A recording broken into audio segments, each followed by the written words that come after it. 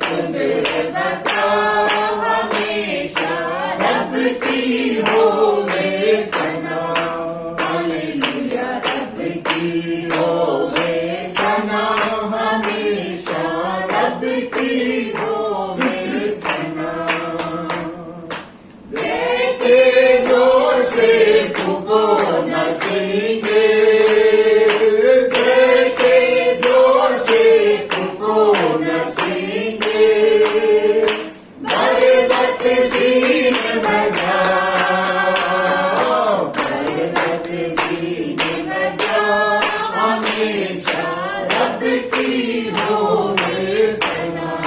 Hallelujah रब की होवे सना, हमेशा रब की होवे सना। तारा साजो तेरा निछेड़ो, तारा साजो तेरा निछेड़ो। डब और तबल बजा, डब और तबल बजा, हमेशा रब की होवे सना। हालेलुया रब की होवे सना, हमेशा रब की होवे सना। बांसुरी पर सुना सुरे सुरी, बांसुरी पर सुना सुरे सुरी। झन झन चांद बजा, झन झन चांद बजा, हमेशा रब की होवे सना। हालेलुया रब की होवे सना, हमेशा रब की होवे सना। सारे मिलकर ताली बजाओ, सारे मिलकर ताली बजाओ। गाओ रब की सना, गाओ रब की सना, हमेशा रब की होवे सना। हालेलुया रब की होवे सना, हमेशा रब की होवे सना। हम एक बार फिर प्रभु की नाम में आराधना, प्रभु के नाम में स्तुति प्रशंसा कर सके। परमेश्वर का पवित्र वचन जो हमने पढ़ा है लूका रसूल समाचार के 15वें अध्याय के 11 वचन से आखिरी वचनों तक, इसमें हमें तीन मुख्य जो है पात्र मिलते हैं। 2 बेटे और एक पिता, 2 बेटे और एक जो है पिता है। और तो तीनों के बारे में हम जो है देखते हैं कि वो अलग अलग तरीके से जो है उनका रोल है, अलग अलग तरीके के उनका स्वभाव है, अलग अलग तरीके के उनके जो है काम है, उनकी सोच है।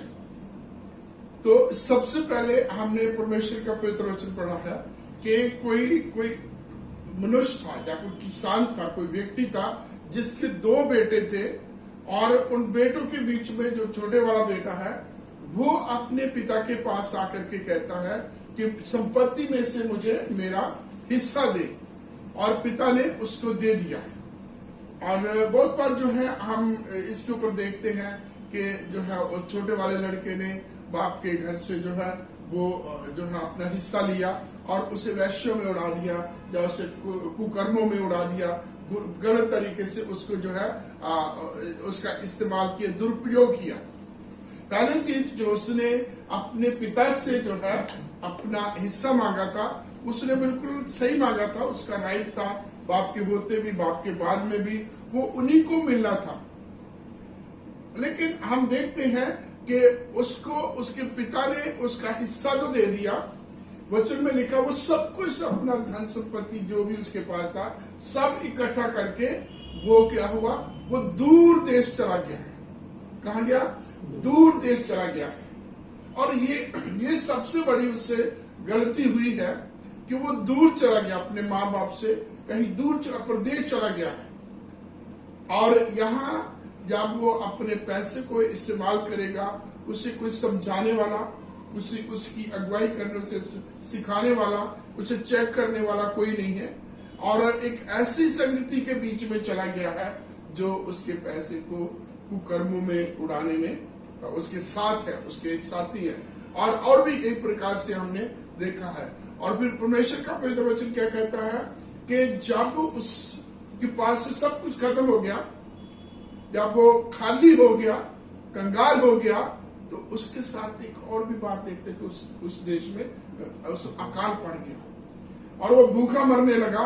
और उस देश के किसी एक ऐसे व्यक्ति के वो जा बैठा और उसके खेतों में उसके सूअर चराने लगा।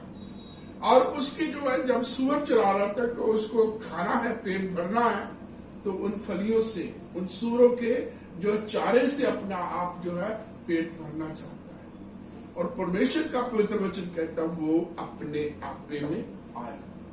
उसका यहाँ ये सबसे बड़ी उसके बीच में हम देखते हैं कि वो अपने आप में आया। उसने सोचा, उसने पश्चाताप किया। उससे पहले हम देखते हैं वो दूर चला गया, है ना।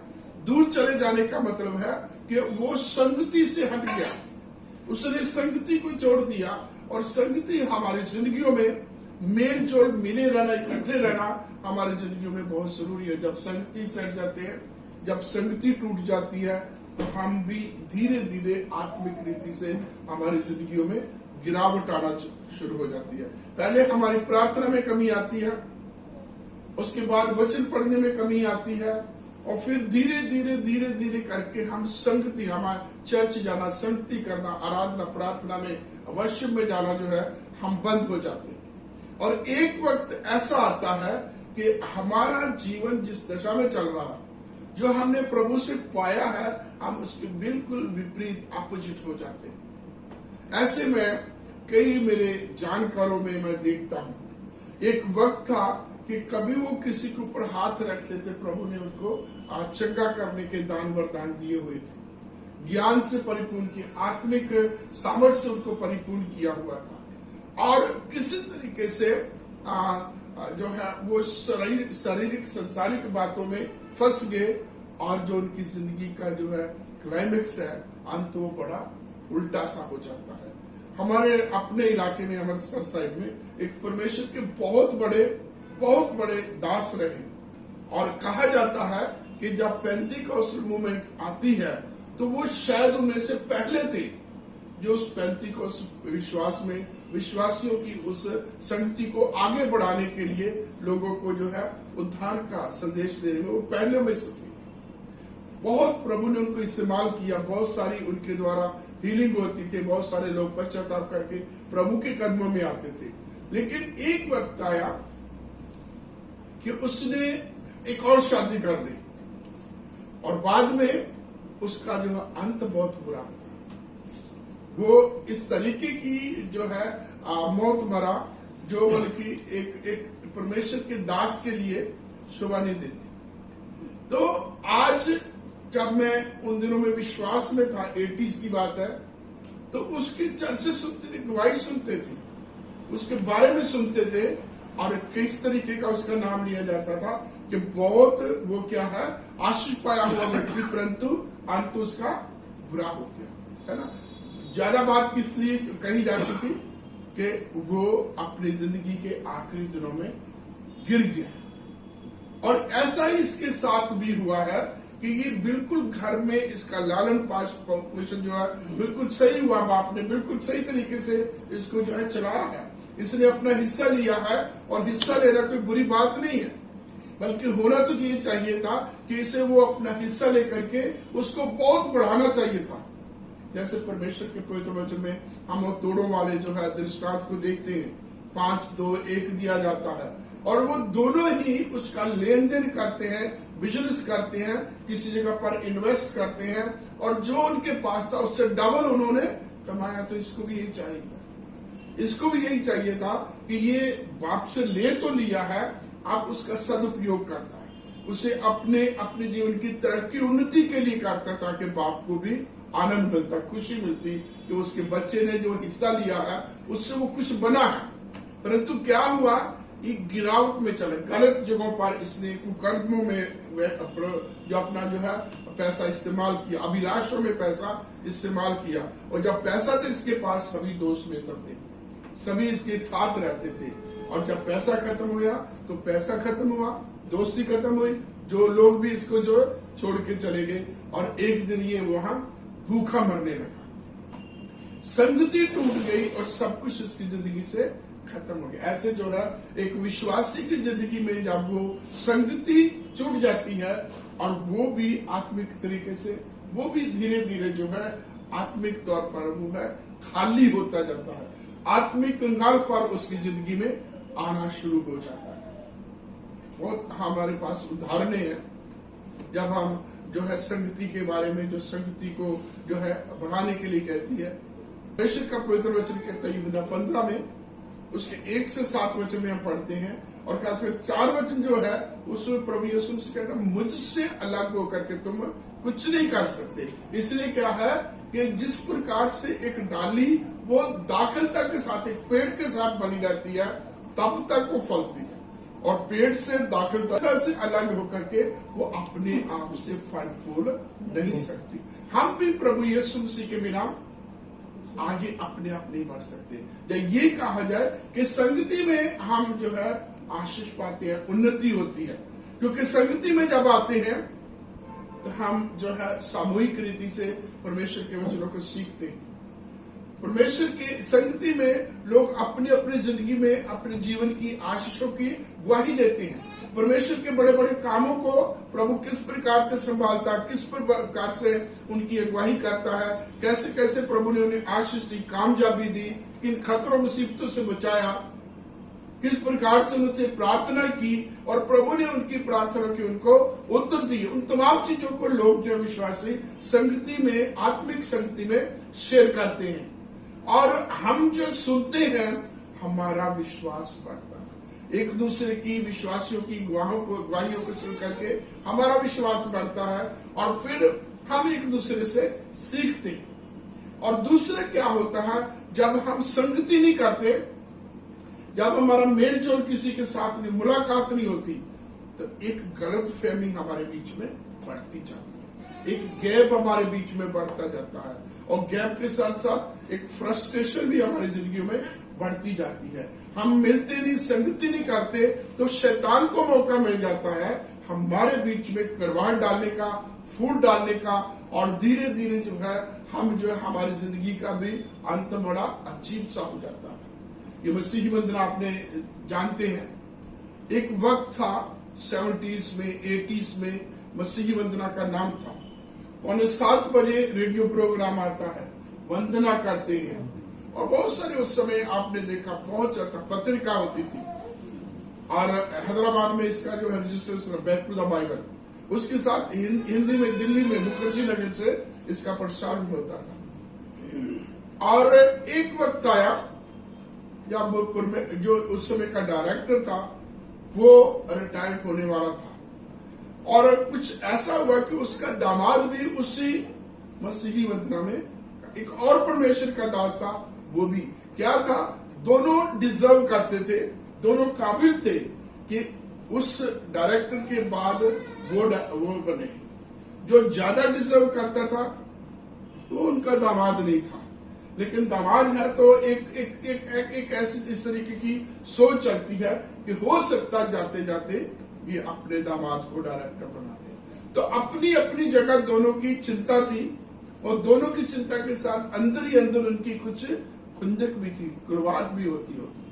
तो लोग बताते हैं उनके बारे में, वो कभी भी आपस में कभी भी उनका मनमुटाव नहीं हुआ, आमने सामने कभी किसी ने किसी को तू तक भी नहीं कहा, कभी किसी को कोई ऊंच नीच की बात नहीं हुई।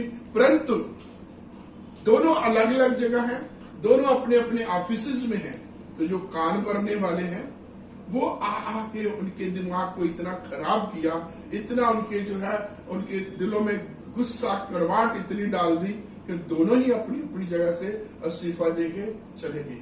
आज मसीह वंदना का नाम भी सुनने को हमें बहुत अजीब सा लगता है कि आज वही मसीह वंदना जो कभी बहुत नाम था, आज वो सिर्फ नाम मात्र रह गई। उनको बहुत स्ट्रगल करना पड़ता है चलाने के लिए। तो ये शैतान का काम है।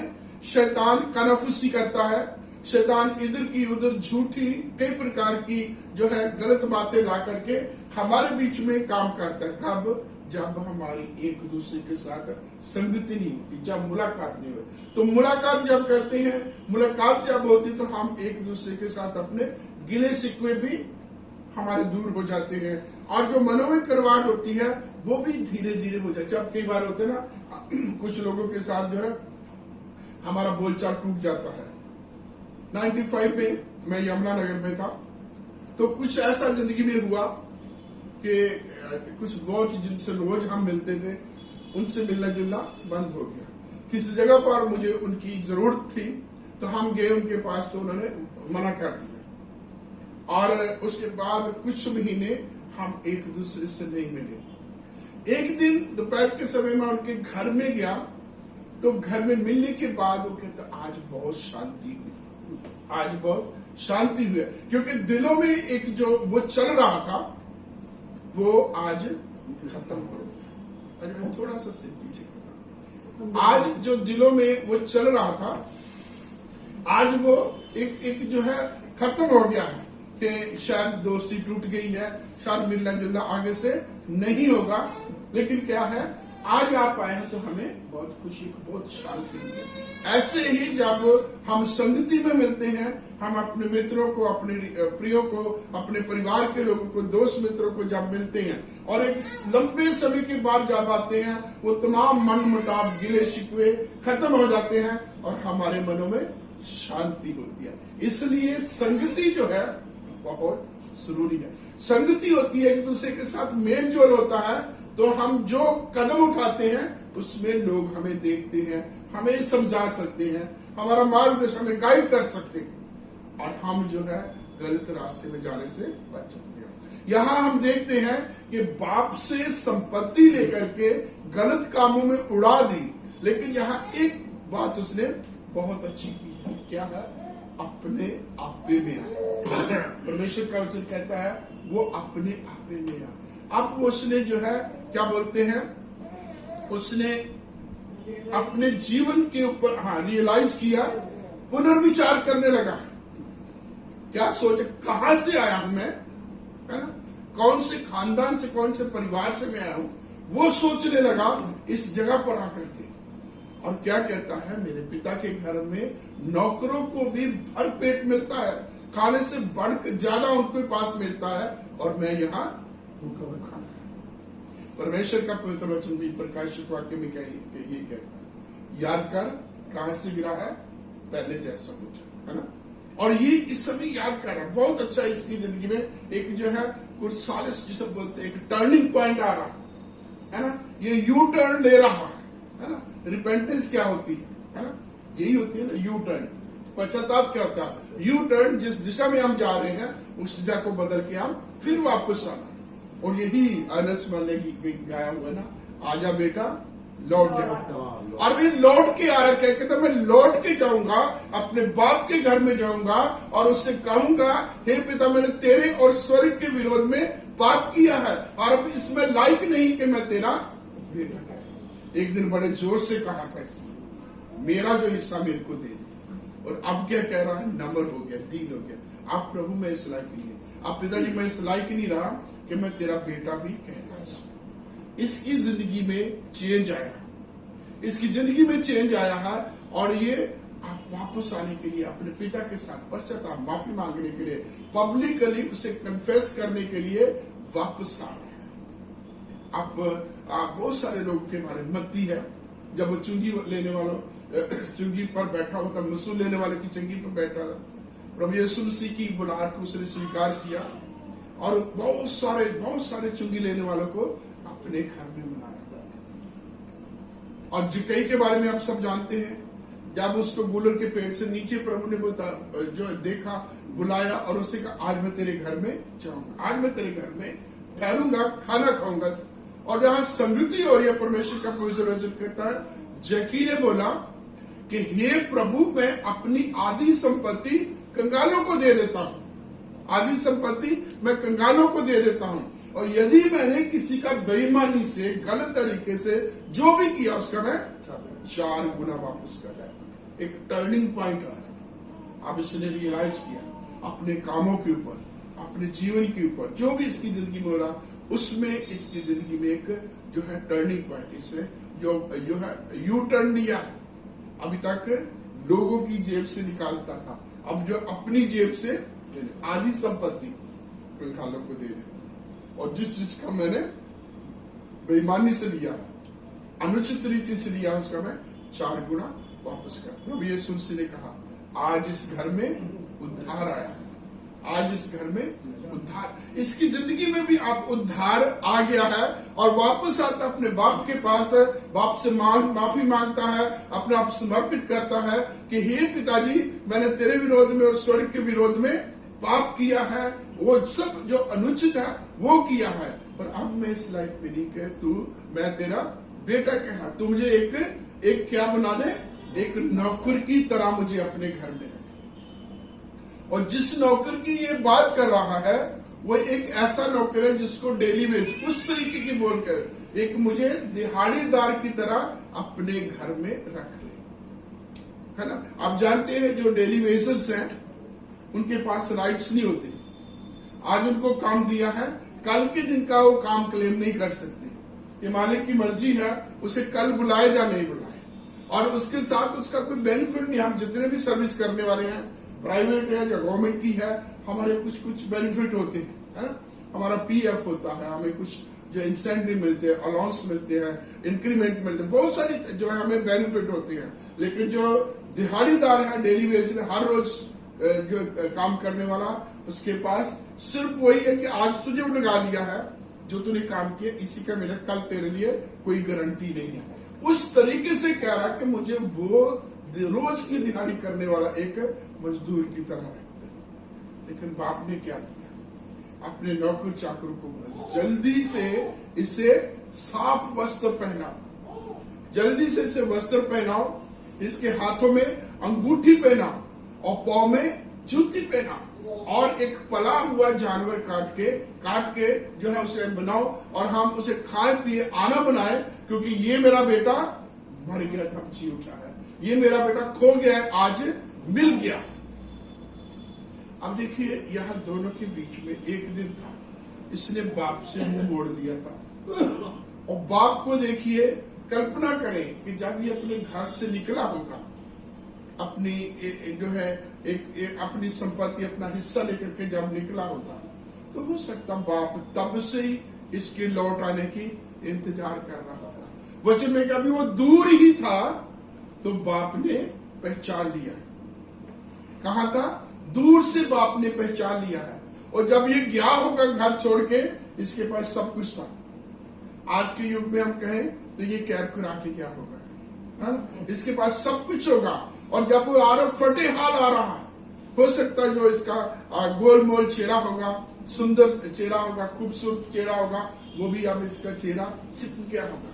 जो बड़ा तगड़ा गया होगा अब कमजोर हो गया है, जो बहुत साफ सुथरा गया था अब वो मेरा कुचला हो गया, कपड़े भी फटे हाल में आता होगा। लेकिन बाप ने उस हालात में भी इसको पहचान लिया है। और परमेश्वर का पवित्र, अभी वो दूर ही था तो बाप भाग के उसे अपने गले लगा लेता है, उसे हक करता है और खुशी मनाता, आनंद मनाता है। यहाँ दूसरा बेटा शुरू होता है। जब वो खुशी मना रहे हैं, घर में गीत संगीत चल रहा है, खाना पीना चल रहा है, और दूसरा बेटा जो खेत में गया हुआ है वो आता है। जब उसने ये तमाम गीत, ये तमाम चीजें, आवाज सुनी, म्यूजिक सुना, तो वचन में लिखा उसने नौकर को बुलाया और उसे पूछते ये क्या हो रहा है ना। होना तो क्या चाहिए था, उसके घर में खुशी आनंद बनाई जा रही है, तो उसे भी पता चला कि आज हमारे घर में कोई खास बात हुई है। जल्दी से जब बाप के पास जाना चाहिए था। क्या हुआ? नौकर को बुलाया, क्या हो रहा है, और नौकर ने जब बताया तेरा भाई जो चला गया था वो वापस आया, तेरा बाप जो इस समय ये कर रहा, तो बच्चे में क्या लिखता? वो नाराज हो गया, वो नाराज हो गया, क्रोध से भर गया, गुस्से में आ गया और घर नहीं गया। वो घर नहीं गया और बाप उसके बाहर आकर के उसे मना रहा, उसे समझा रहा, और गिला क्या करता है? देखिए कहा है, इसने कौन से शब्द इस्तेमाल किए कि मैं इतने सालों से तेरे पास रहा हूं, तेरी किसी भी कहने को नहीं तोड़ा, घर के तमाम कामों में तेरे साथ रहा हूं, जिसे बोलते हैं कंधे से कंधा मिला करके तेरे साथ रहा हूं, तमाम खेतों को, हर काम को मैंने संभाला। तूने मुझे एक बकरी का बच्चा भी नहीं दिया कि मैं अपने दोस्तों के साथ खुशी आनंद मना सकूं, परंतु ये आया है अड़ऊ और तूने इसलिए इतना कुछ कर दिया है। और बाप जो है इस बच्चे को मारा। क्या कहा है? ये तेरा पुत्र जो आया है, इसके लिए तो है ना? कौन आया है? क्या बोला उसने? आराधना, तेरा पुत्र आया, मतलब उसका कुछ नहीं लगता, है ना? उसका कुछ नहीं रहा, ये बाप को कह तेरा पुत्र है ना? है ना? कहना तो मतलब कि उस खुशी तो उसे ये मनानी चाहिए कि मेरा भाई आया है, लेकिन वो क्या कहते तेरा पुत्र है, मेरा कुछ नहीं लगता। और वो बाप को जो है उल्टी सीधी सुना रहा। अभी तक क्या कहता है? मैंने कभी तेरा कहना नहीं मोड़ा, तेरी कोई आज्ञा का जो है नहीं टाला, लेकिन आज उसको सुना रहा, ताने दे रहा, तूने मुझे कुछ नहीं दिया, तूने मेरे लिए कुछ नहीं किया, और परंतु आज तेरा पुत्र है तो उसके लिए तू इतना कुछ कर रहा है। बाप ने उसे समझाया, जो कुछ मेरा है सारा तेरा है, ये तो सब कुछ खत्म हो गया था, आज भी इसलिए हम खुशी मना रहे हैं कि ये फिर जिंदा। परमेश्वर का पवित्र वचन कहता है, जब पृथ्वी पर एक जन मन फिराता है, स्वर्ग के दूत खुशी मनाते हैं। और ये प्रभु यीशु मसीह के समय में भी ऐसा होता था, जब कोई चुंगी लेने वाला, जब तरह तरह के और लोग जो है प्रभु यीशु मसीह के साथ आते, तो क्या कहा जाता था? ये चुंगी लेने वालों के साथ, ये पापियों के साथ, है ना, ये मंसूर लेने वालों के साथ खाता पीता है।